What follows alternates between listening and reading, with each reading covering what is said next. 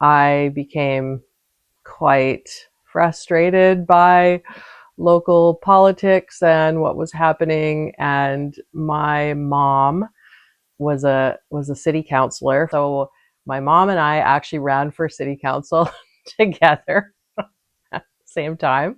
We didn't like run the campaign together, but and like I was having heart palpitations. I was crying every day.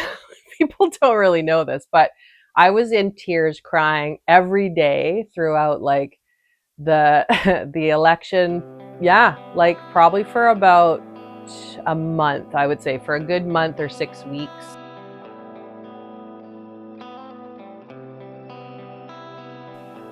Hi, I'm CaroleAnn. Welcome to Fireside Rebels. Today, I want to talk about a bit of my history and a bit of some experiences I've had that have led me to where I am today. Some of you may not know that I, at one time, was an elected official, and some of you will know that very well. Um, yeah, a number of years ago, I became quite frustrated by local politics and what was happening. And my mom was a city councillor for 12 years in total. But she first time she was on city council was in the 80s, and I was a teenager and didn't really pay any attention to my mom being in politics, and I've never been. Politics has always kind of been a bad word, and like it is for a lot of us these days. But yeah, my mom was on city council back in the 80s. City council was 2 years, 2 year term. And then she ran again, I want to say in the early 2000s. And she did a number of terms which had become 3 year terms. The last year my mom was on council was a 3 year term for her, and they changed the rules to make them 4 year terms the following year. So my mom and I actually ran for city council together at the same time. We didn't like run the campaign together, but she had a lot of supporters who wanted her to run. Her health was starting to decline. She had kidney disease, and she really was not feeling great. But a lot of her supporters wanted her to run, so she put her name in, but she didn't actually campaign or anything. But she was super pumped that I was running, and it was quite funny because we would laugh about if we both were elected, then it would be quite hilarious in council chambers wondering who which Councillor Leishman they were talking to. So that was kind of funny, and yeah, it was kind of a novelty that we both ran for council at the same time. So yeah, unfortunately, my mom did well. Unfortunately, or fortunately for her, because she wasn't very well, her health took a turn not long after that, actually, and so she was not elected. She was like the next from the numbers that got elected. She was next in line, but she was relieved that she didn't get elected again because, like I said, she was not feeling good. Her health was sort of deteriorating already by that time. And so anyway, I got elected, and it's something like I don't really want to talk about politics on this channel, but on this podcast, but it's something that until you are in it, you have no idea what is involved. You have no idea how hard it is. It was one of the hardest things I've ever done in my life. And I kind of feel like everyone, it should be like jury duty, that everyone should have to serve on council for like a year. I mean, it took me like a year and a half to get up to speed on all the orientation and everything that was required. And I also got appointed to this other regional director role that I hadn't been prepared for, which was basically like another position. So I had two elected positions almost, except I was appointed to the other one. So yeah, it's something that people don't understand how hard it is to be an elected official. And of course, as we know, there are a lot of corrupt elected officials in the world, but I would say in your local area, the chances are that those people from your community on the ground, you know, 85% of the time they're I don't know if that's the correct number, but chances are they're, I mean, I think everybody runs, okay, not everybody. I think a lot of people run for politics or elected position for the right reasons in their mind and in their circle of friends. And yeah, you learn way more than you ever wanted to learn about way more that goes on in the community than you ever wanted to know. It's tough. Like, it's very hard. Anyway, so I served 2 4-year terms as a city councillor, and my hair started falling out not long after I was elected, actually. So combination of androgenic alopecia and perimenopause and stress accelerated my hair starting to fall out, which is just great when you're in a public position. You're in an elected office, you're a public person in the community. It's so fucking great when your hair starts falling out. Anyway, and people, you know, want to tell you on social media that you need to do more with your appearance and that you should do this and you should look like that and you shouldn't wear this and you shouldn't wear that. And yeah, leaving anonymous notes at my desk in council chambers, you know, telling me I should do more with my hair when my hair's falling out. People, there's not a lot I can do with my hair. So I had to start wearing wigs in council to try to, because I worked in construction too. So sometimes I was coming and I didn't work. I only spent a year on tools. I was in an office, but having to go to the job site as project manager and designer a lot of the time. So yeah, because council meetings would be held at times when some of us are working, and that's a whole nother, I could talk about that till the cows come home. That elected office is really designed for retired people of privilege that have a pension or have, you know, and have all the time in the world. And that's why we've ended up in some of the situations we have, because it's not really available to younger people, to people with full-time jobs, to people who are struggling or more vulnerable. Or anyway, it's, when I got elected, a bunch of us in our whole province, there was kind of an upsurge of younger people elected, which we would laugh because I was in my 40s, but we were younger for elected officials. And it really changed the dynamic of sort of the progressive moves that were made and decisions that were made, which I'm really proud of. But yeah, that being said, I had a full-time job in construction. I was designing and building houses and project managing those jobs. And like, that's like a lot of work and a lot of pressure and a lot of responsibility. My boss was super great. Like, I mean, he could see the benefit, I'm sure, for himself, that I understood development and building, having worked in this construction company for so many years. And yeah, I understood the benefits of like making changes to the bylaws and, you know, creating new zones that we were trying to like densify, like, you know, put kind of more dense housing in our community because we had quite large lots of single family development. And so he recognized that having me on council was a benefit. So he was super great about like just letting me, if I had to go to a meeting, like I didn't have to report to him every 5 minutes that I got another meeting, because it was bananas how many meetings. So I just only put down on my timesheet what I was working. And so honestly, the time away from work, like for the whole 8 years, honestly, but especially for the first few years, you know, the stipend you get being an elected councillor in like a lot of communities, especially smaller communities, is not enough to cover, like, it's not enough to be a job. And people go, oh, councillors are trying to, like, you know, increase their wage again. Yeah, because they need to live.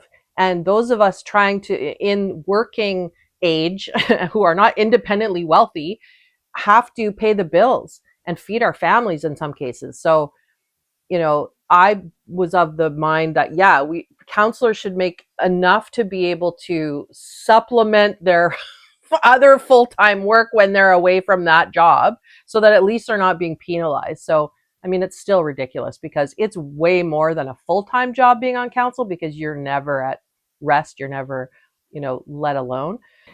So yeah, it's a lot being on council, being elected. As I said, everybody should have to do it. Or at least to have the threat that they have to do it, like jury duty. Because like I said, you can't understand what the finance situation is, what the service delivery is, everybody wants all these services from the city, but they don't want to pay for, they don't want to pay for it in taxes. And yeah, we had our big industrial company that paid a lot of the taxes for decades shut down, which we knew it was going to happen eventually, and it did. And so now the town had to raise taxes anyway. Getting off tangent again. So I spent 8 years on council, and like many people in the community wanted me to run for mayor, and our mayor was retiring. Anyway, there was a lot of issues locally, and because I think I was a progressive voice, and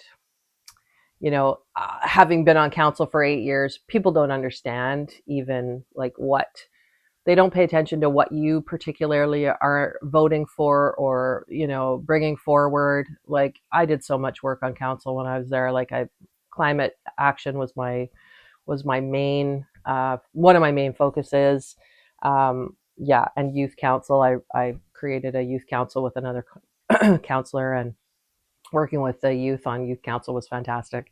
And yeah, trying to like just listen to them and hear what the issues are for the youth was incredible. But in climate action, we actually did quite a lot. We actually attracted a lot of grant funding and made a lot of good moves on climate, which is great, and I'm super proud of that. However, people don't pay attention, and Facebook is terrible, and people just associated me with a certain negative connotation, and I was too progressive. And so there was, anyway, needless to say, I came in second when I ran for mayor, and I was so burnt out by the time, and in my day job, I was building a 34-unit seniors rental apartment building that was actually my mom's legacy. She'd passed away. She passed away actually, yeah, before the election, even for my second term as council, my mom passed away. And so that was hard. And but before she passed away, she had been the president of this seniors housing society for, I want to say, like almost 20 years, probably, or 20 years. And she had been responsible for building a couple of rental apartment buildings that the society ran. And then she wanted to, before she passed away, she was like, we got to build a bigger building, and it needs to have an elevator. And she wanted more units. And so I helped facilitate that process. And then they ended up hiring my boss's company to build the building. And so I project managed the construction of these 34 units of seniors rental apartments, which was that was another hardest thing that I've ever done in my life. It was so stressful. So I was on council and then running for mayor while this apartment building, the largest project I've ever worked on in my life, was in the final months of wrapping up. And our completion date for the seniors apartment building was election day.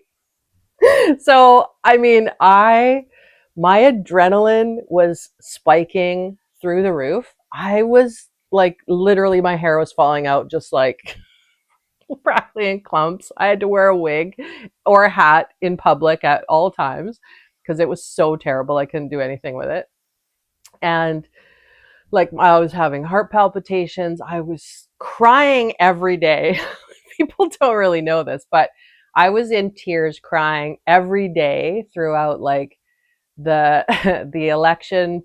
Yeah, like probably for about a month, I would say, for a good month or 6 weeks.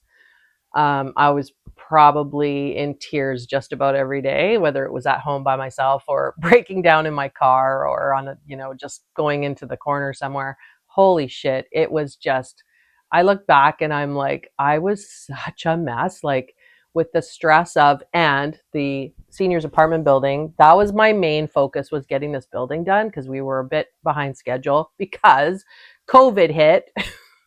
And the prices of everything went, and there was you know there were material shortages and the prices went through the roof. And of course, when my boss went to buy materials to do the construction, everything was, it was like twice as expensive for all the framing materials of this massive building.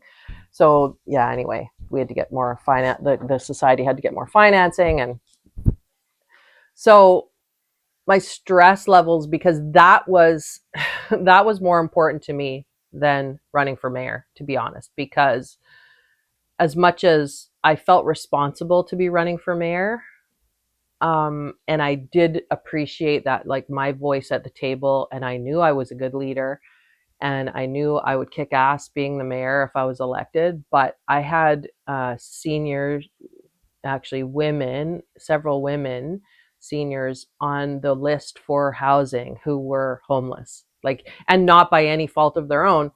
They had been, like, in a couple of cases, the house, our town kind of took off and boomed a bit, and during COVID, people started fleeing the cities and they started finding our community, and our housing was pretty cheap when during COVID and following COVID, people started finding us and buying up the housing and moving here in a lot of cases. So in a few cases, these senior ladies who had been living alone in a renting a house, suddenly the owners of their house sold to people from out of town who wanted to move into the house, and booted them out. And so, or into buildings on a property where they wanted to take over the rental unit on the property. So I had several senior ladies on my list, on the society's list for housing, who were in their car. One lady was living in her car, and between a car and a motel. Ugh, and couch surfing. Another lady was couch surfing with her family, like extended family. And the pressure of just knowing that these people really needed this housing built, I was just so stressed. Yeah, so I was crying every day, kind of asking myself, why are you running for mayor and you're trying to do all this anyway? I did my best, and I kicked ass in the debates, and I did work really hard. And it, like, we were only 2 weeks over, like we'd already been behind schedule from like quite a while earlier. Like the whole project was kind of like several months behind schedule from early on, partly because of the material shortage. But our completion date had been election day, and then we needed another like 2 weeks to finish to get occupancy on the building, just wrap up some deficiencies.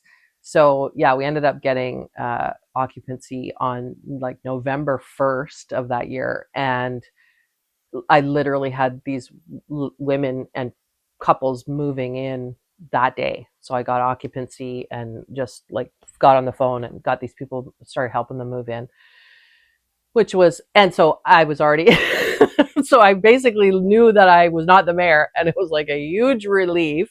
Again, cried probably still like for a few more days, just like super stressed about everything. And, but was really relieved that I didn't have to be the mayor. And, but it was like my adrenaline, because then of course I'm trying to get the building done, a couple more weeks, get these people moved in. And then it was a gradual, then I started helping the society with like moving people in. And because my mom had been the president, once we completed construction, I took over as president of the society. Once we were no longer, the construction company I worked for was no longer involved in the construction, it was done. Then I became the president of the society, and was then helping volunteer moving people in and doing deficiencies, just taking care of last minute little deficiencies in the building. And that was one of the most rewarding things I think I've ever done, is build build this building from a concept that was my mom's idea, and get the building completed and get people living in there. It's a going concern. Like now it's it's a tenanted building. There's issues from time to time. We had to hire somebody to be the housing manager, and it's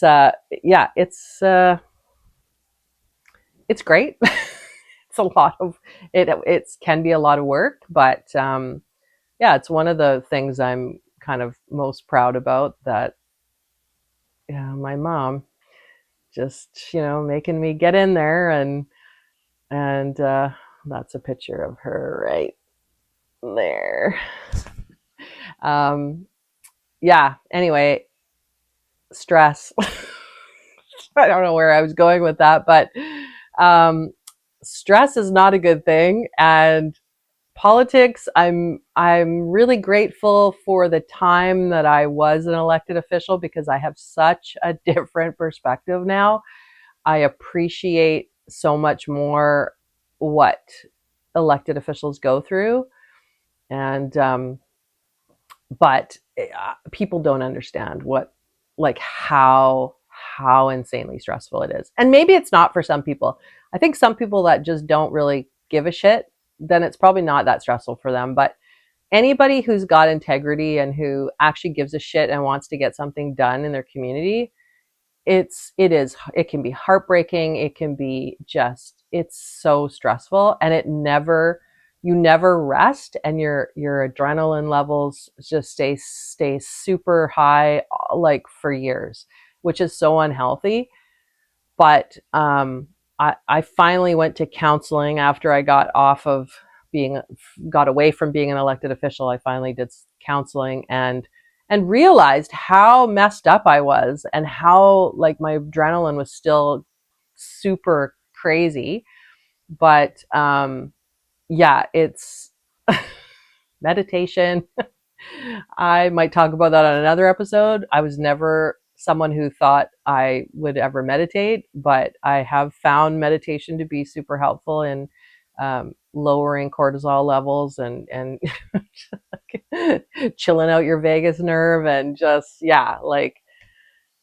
it's kind of important part of life, I think, that we don't take deep breaths enough, and we don't quiet our mind enough, and we don't look after our mental health and our stress levels. And I think that's one of the reasons that we're in a lot of the pickles that we're in these days, is things are pretty crazy, and I think people need to meditate, or just at least find mindfulness moments, be in nature, just sit quietly, not always be on our devices, reading books, listening to this, watching that.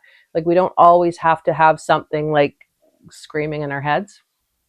I think it's really important to have those quiet moments where you just close everything off, just takes really deep breaths, and just be quiet for, even if it's 15 minutes, 10 minutes even, but 15 minutes, I've found that is like a game changer. So